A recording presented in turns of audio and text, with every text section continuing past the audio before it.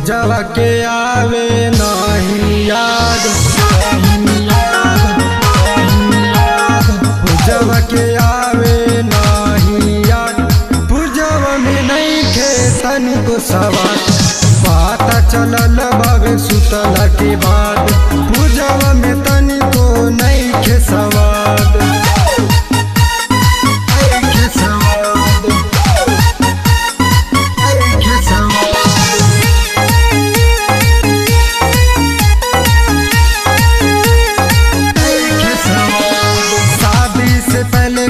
देखनी न जाके छुपा गइल पगली हमरा माथे, लागतावे अब जीना पाए, खड़ा भइल किस्मत के आगे। शादी से पहले कबो देखनी न जाके छुपा गइल पगली हमरा माथे, लागतावे अब जीना पाए, खड़ा भइल किस्मत के आगे।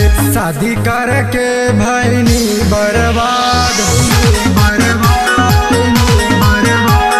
शादी करके भैनी बर्बाद, घूमत रहनी कुमार में आजाद, पूजवा में तनिको नहीं खे सवाद। पता चलल बाबे सुतला के बाद, पूजवा में तनिको नहीं खे सवाद।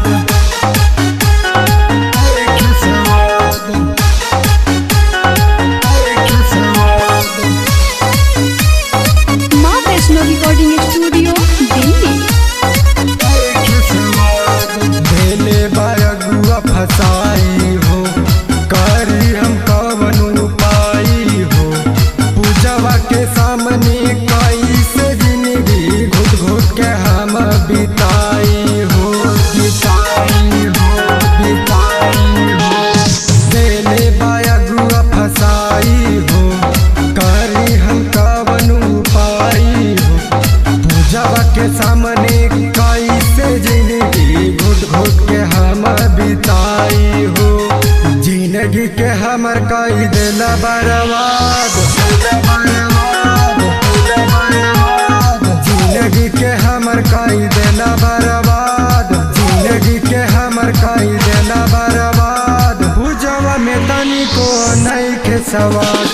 पूजवा के आवे नहीं याद, पूजवा में तनिको नहीं खे सवाद।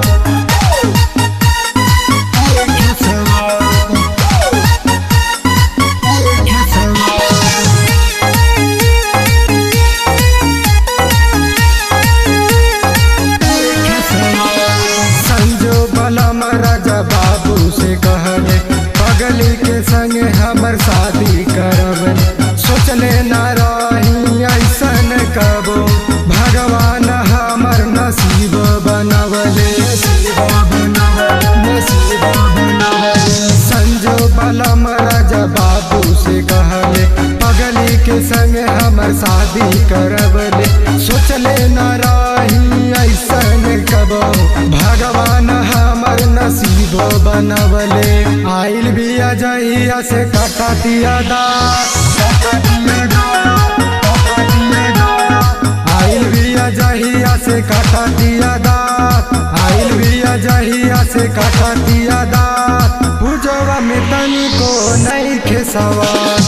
पता चलल बाबे सुतला के बाद, पूजवा में नहीं खे तनिको सवाद। माँ वैष्णो रिकॉर्डिंग स्टूडियो दिल्ली।